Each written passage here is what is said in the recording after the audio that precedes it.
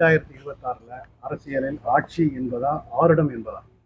இல்ல ஆட்சி தமிழக வெற்றி கழகத்துக்கு ஒரு நல்ல ஒரு இளைஞர் மத்தியிலும் குறிப்பிட்ட சமுதாயத்தினர் மத்தியிலும் ஒரு நல்ல ஒரு ஆதரவு இருக்கிறத நம்ம வந்து கண்கூடா களத்துல பார்க்குறோம். நான் ஒரு இது வச்சிருக்கேன்.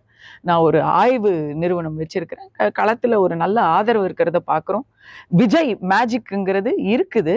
ஆனா அது வந்து அரசியலும் சினிமாவும் வேறு வேறு என்ற புரிதலையும் மக்கள் இடத்துல நல்லா ஸ்ட்ராங்கா பார்க்குறோம். ஆட்சி மாற்றம் வேண்டும் என்றால் கூட்டணியில் இருக்கக்கூடிய எதிர்கட்சிக்கு மட்டும்தான் போடணும் அப்படின்னு ஆட்சி மாற்றத்தை விரும்புபவர்கள் சொல்றதையும் பார்க்குறோம். நான் விஜய் ரசிகன் தாங்க, ஆனா எனக்கு வந்து ஆட்சி மாற்றம் வேணும், அதனால நான் வந்து ஓட்டு சிதறாம இங்கதான் போடுவேன் அப்படின்னு பேசுறவங்களையும் நாங்க பார்க்குறோம். ஸோ இது வந்து வெயிட் அண்ட் வாட்ச். அவர் விக்கிரவாண்டி இடைத்தேர்தல்ல தன்னை நிரூபிச்சிருந்தாருன்னா இந்த கேள்வி வேற மாதிரி போயிருக்கும். அவர் எதுவுமே இல்லாம ஸ்ட்ரெயிட்டா அசம்பிளிக்கு தான் வராங்க. ஸோ அது என்ன அவங்களுடைய செயல் திட்டம் இருக்க போகுதுன்னு யாருக்குமே சரியா தெரியல. ஆட்சி அமைப்பதுங்கிறது கண்டிப்பா எங்க ஆய்வுப்படி அந்த அளவுக்கு இருக்காது. அவர் வெற்றியே அடைய மாட்டாரு, ஆனா தோல்வியை கொடுப்பாரு அப்படின்னு சொல்றாங்க.